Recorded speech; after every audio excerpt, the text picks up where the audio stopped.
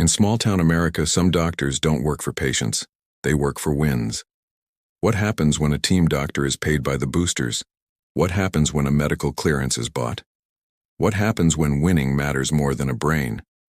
This is the story of Tyler Brennan, a 17-year-old running back who got a concussion on Tuesday, a team doctor who cleared him on Thursday, and a second hit on Friday that destroyed his brain forever. This is a fictional story inspired by real events that happen across America. Names, characters, and locations have been changed, but the concussions are real, the corruption is real, and the brain damage is real. This is what happened in Ashford, Montana. Ashford, Montana. Population 6,400. One high school. One football team. One doctor who decided who played and who didn't. Dr. Marcus Webb, 54 years old. Team physician for Ashford High School for 12 years. General practitioner. Ran a small clinic on Main Street. Treated everything from flu to broken bones.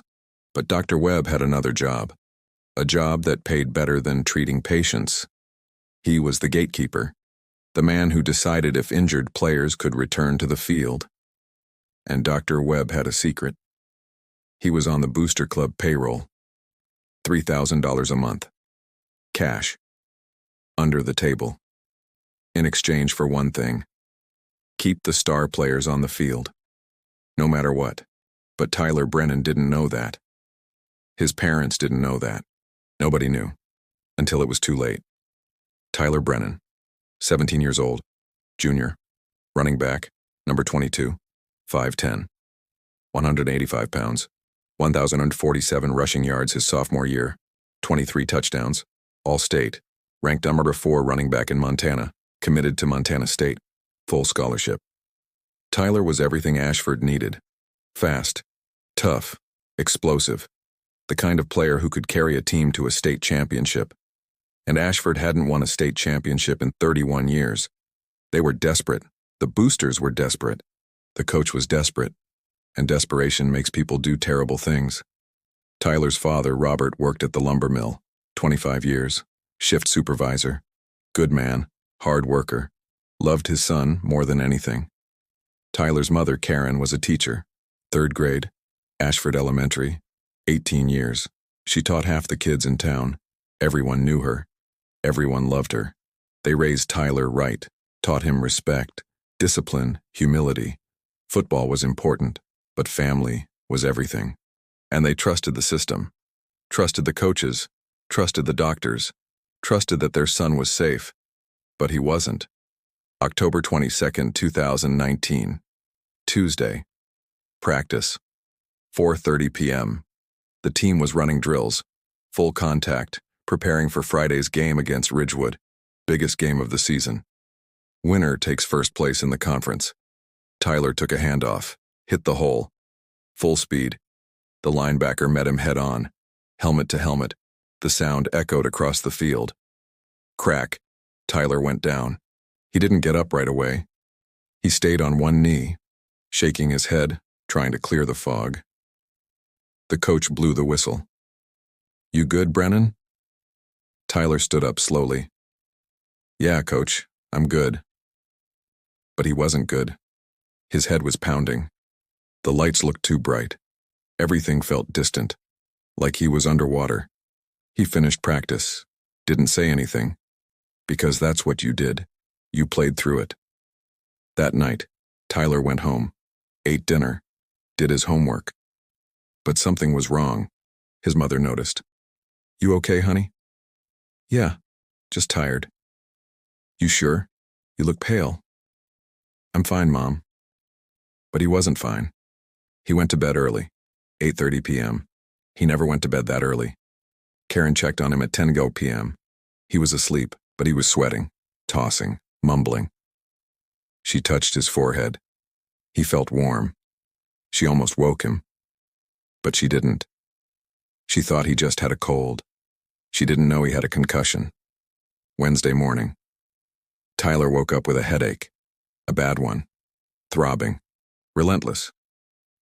He went downstairs. His mother was making breakfast. "Morning, honey. How do you feel?" "My head hurts." "Like a headache?" "Yeah, a bad one." Karen frowned. Did you hit your head at practice? Tyler hesitated. Maybe. I don't know. I took a hard hit yesterday. Did you tell the coach? No. Tyler, if you hit your head, you need to tell someone. Mom, I'm fine. It's just a headache. But Karen wasn't convinced. I'm calling the school. You're seeing the doctor. Mom, I don't need... You're seeing the doctor. Karen called the school, spoke to the athletic director, explained the situation. They scheduled an appointment with Dr. Webb for that afternoon. $3 p.m., Dr. Webb's clinic. Tyler sat on the exam table. Dr. Webb reviewed his chart. So you took a hit yesterday? Yes, sir. Helmet to helmet? Yes, sir. Did you lose consciousness? No. Any nausea? A little. Last night. Headache? Yeah. Since this morning. Dr. Webb nodded. He pulled out a small flashlight, shined it in Tyler's eyes, checked his pupils. Follow my finger. Tyler followed. Any dizziness? A little. Dr. Webb wrote something on his chart. Then he smiled. You're fine. Karen, who was sitting in the corner, leaned forward. Are you sure? He's been complaining about his head all day. It's a mild headache, probably from dehydration. Drink more water, Tyler. You'll be fine. Shouldn't he sit out practice, just to be safe? Dr. Sue. Webb's smile didn't waver. That's not necessary, he's cleared. But what if it's a concussion? It's not. I've been doing this for 12 years. I know a concussion when I see one. Tyler's fine. Karen wanted to argue, but Dr. Webb was the expert. She trusted him. Big mistake. Tyler went to practice that afternoon. Full contact. He took 3 more hits. Each one made his headache worse, but he didn't say anything, because Dr. Webb said he was fine. Thursday, Tyler's headache was worse. He felt nauseous, dizzy. His mother wanted him to stay home, but Dr. Webb had cleared him. So he went to school. He could barely focus in class. The lights hurt his eyes. The noise hurt his ears. He put his head down on his desk during 3rd period. The teacher asked if he was okay. Just tired. But he wasn't just tired. He had a grade 2 concussion, and every hour he didn't rest made it worse. That afternoon, practice again. Light practice, walk through, no contact. Tyler felt a little better. Maybe Dr. Webb was right. Maybe it was just a headache. Friday, October 25th, 2019. Game day. Ashford versus Ridgewood. 7 p.m. kickoff. The stadium was packed, 4,500 people. The whole town was there. Tyler's parents sat in the stands, front row, like always. Karen still felt uneasy, but Robert reassured her. The doctor cleared him. He's fine. I know, I have a bad feeling. He's tough. He'll be okay. But he wouldn't be okay. First quarter. Ashford 7, Ridgewood 0. Tyler had 47 rushing yards on 6 carries. He looked good, strong, fast, but his head was still pounding. The lights were too bright. The crowd was too loud. Everything felt wrong. Second quarter, 8 minutes left. Ashford had the ball, 3rd and 2. The coach called Tyler's number. Dive play, up the middle. Tyler took the handoff, lowered his head, drove forward. The linebacker met him at the line. Head-on collision, helmet to helmet. Again. Tyler's brain, already swollen from the first concussion, slammed against his skull. Again. This time his body shut down. He collapsed. Face first. Didn't move. Didn't twitch. Nothing. The referee blew the whistle. The crowd went silent. The trainers ran onto the field. Tyler, can you hear me? No response. Tyler. Nothing.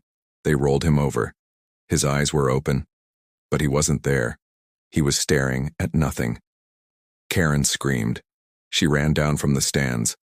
Robert followed. They pushed through security, reached the field. Tyler, baby, can you hear me? Tyler's eyes moved. Slowly. He looked at his mother, but he didn't recognize her. Ma'am, we need to get him to the hospital. Now. The ambulance arrived. Sirens, lights. They loaded Tyler onto a stretcher, stabilized his neck. Karen climbed in with him. "You're going to be okay, baby. You're going to be okay." But she didn't believe it, because she saw his eyes, and they were empty. Ashford General Hospital, 4:45 p.m. Dr. Laura Finch, the ER doctor, ran a CT scan.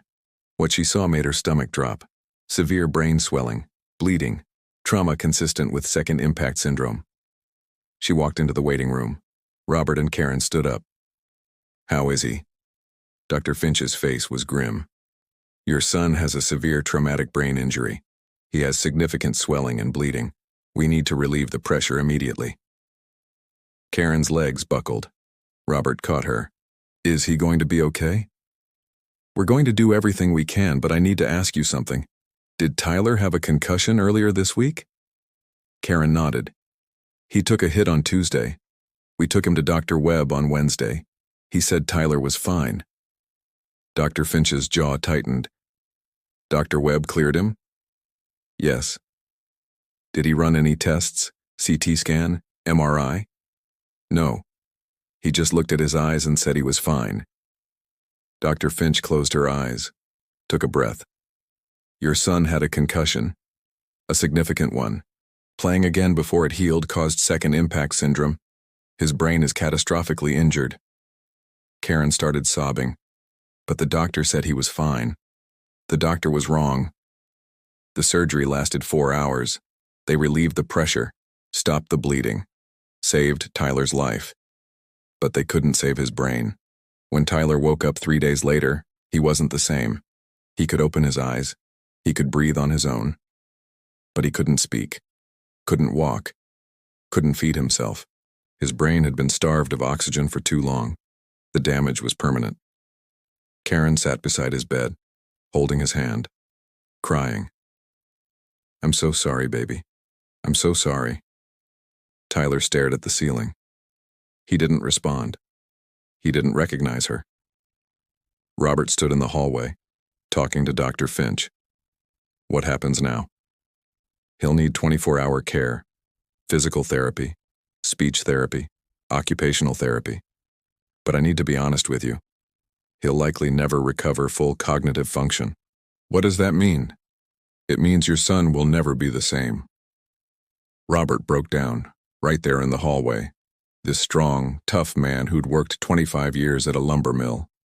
He collapsed against the wall and sobbed. 2 weeks later, Karen hired a lawyer. They requested Tyler's medical records from Dr. Webb. And that's when they found it. A note, dated October 23, 2019. The day Dr. Webb examined Tyler. Patient presents with headache, nausea, dizziness following head trauma. Symptoms consistent with concussion. Recommend rest, no contact sports for minimum 7 to 10 days. But that's not what Dr. Webb told them. He said Tyler was fine. He cleared him to play. Why? The lawyer kept digging, subpoenaed financial records, bank statements, and that's when they found the payments. $3,000 a month from the Ashford Boosters Club to Dr. Marcus Webb. For 12 years. $432,000 total. The Boosters paid Dr. Webb to keep players on the field, and Dr. Webb did exactly that. Even when it meant lying, even when it meant risking a kid's life. The case went to trial. March 2021. The evidence was overwhelming. Dr. Webb's medical license was revoked.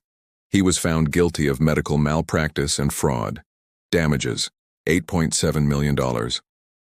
The Ashford Boosters Club was dissolved. 3 board members were charged with conspiracy and reckless endangerment, but no amount of money could fix Tyler. Tyler Brennan is 22 years old now. He lives in a care facility in Billings. He can't walk, can't talk, can't feed himself. He requires 24-hour care. His mother visits him every day. She reads to him, plays music, holds his hand. Sometimes he squeezes back, just a little, and she cries, because that's all she has left. His father visits on weekends. He sits beside Tyler's bed, tells him about work, about the weather, about nothing. Because what else can he say? Tyler's scholarship to Montana State was revoked. His football career was over before it began. His future was stolen. Doctor, Marcus Webb moved to Arizona. He can't practice medicine anymore, but he kept the money, all $432,000 of it. He lives in a nice house, drives a nice car, and he never apologized. In an interview with a local reporter, Dr. Webb said, "I did what I thought was best at the time. Hindsight is 20/20. But it wasn't hindsight. It was greed. This is the cost of corruption. This is the price of winning at all costs. This is what happens when a doctor works for boosters instead of patients. Tyler Brennan is not his real name. Ashford is not a real town. But this story is real. It happens in high schools across America, where team doctors are paid to clear injured players, where concussions are ignored, where kids' brains are sacrificed for wins. Tyler survived. But the person he was didn't. Because 72 hours after Dr. Webb cleared him, Tyler's brain was gone forever. If you or someone you know has suffered a concussion, do not return to play until cleared by an independent medical professional. Your brain is more important than any game. This is Shadows of Small-Town America, where we tell the stories no one wants to hear, where we expose the corruption that destroys lives, where we stand with the victims the system failed. Subscribe for more dark truths from the heartland, because these stories need to be told, and these voices need to be heard.